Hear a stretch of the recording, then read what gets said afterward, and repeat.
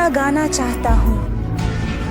2024 Vietnam की नवीनतम horror film Mekong नदी की आत्मा की रिलीज इस फिल्म को वियतनाम की जलात्मा के शहरी किंवदंती से रूपांतरित किया गया है। रिलीज होते ही यह फिल्म कई दक्षिण पूर्व एशियाई लोगों के लिए एक मध्य रात्रि दुस्वप्न बन गई है। डरावना स्तर हालिया फिल्म के बराबर है। फिल्म की शुरुआत में ही धुंध में ढके गहरे रात में उच्च ऊर्जा होती है। एक औरत अकेले नदी किनारे गाना गा रही है, हाथ में अजीब सा राजकुमार थामे हुए है। उसकी गायकी अद्भुत रूप से सहज थी, जैसे उसने कोई निराशाजनक घटना झेली हो। गाना खत्म करने के बाद उसका शरीर अनियंत्रित रूप से कांपने लगा। फिर वह गुड़िया के साथ नदी में कूद गई और फिर कभी नहीं दिखी। ग्रामीणों ने 3 दिन और 3 रातें तलाश की, लेकिन उस औरत का कोई पता नहीं चला। तब तक कि उस रात एक मछुआरा इसी नदी में मछली पकड़ते समय उस अजीब राजकुमार को पा गया। उस आदमी ने यह देखा और बिना ज्यादा सोचे उसे एक तरफ फेंक दिया, लेकिन कुछ ही देर बाद आसपास अचानक खाली गूंज उठने लगी। ध्यान से सुनने पर ऐसा लगा जैसे वह एक महिला थी, लेकिन इस अंधेरे में और एक नदी के पास कैसे कोई हो सकता है। आदमी को तुरंत कुछ अजीब लगा और वह जल्दी से नाव के चप्पू चलाकर वहां से निकलना चाहता था। तभी उसने सिर घुमाया। विषय का पैमाना।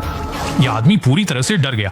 उसने जी जान से चप्पू चलाए, लेकिन ऐसा लगा जैसे नदी के तल में कोई अदृश्य शक्ति उसे कसकर खींच रही हो। चाहे वह कितना भी कोशिश कर ले, वह आगे बढ़ नहीं पा रहा था। और उसी समय आदमी ने फिर से एक अजीब आवाज सुनी। फौरन ही सुनसान गहरी रात में संतों की अजीब हंसी गूंजी। आदमी डर के मारे घबरा गया। उसने जल्दी से नाव का चप्पू चलाया, लेकिन जैसे ही उसने पीछे मुड़कर देखा, वह भूतिया छाया फिर से अचानक गायब हो गई, जैसे कुछ हुआ ही न हो। ये नहीं जानते हुए कि जैसे ही आदमी ने सतर्कता छोड़ी, तब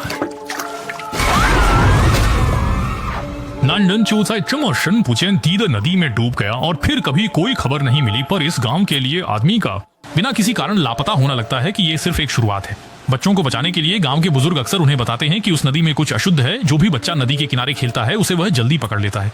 जब भी इस बारे में बात होती है तो बड़ों के दिल में अनायास ही डर होता है, लेकिन अपनी रोजी रोटी के लिए वे अच्छी तरह जानते हुए भी कि उस नदी की खतरनाक जगह क्या है, वहां जाना मजबूरी है। उनके शव बेजान सी ठंडी नदी में झूल रहे थे।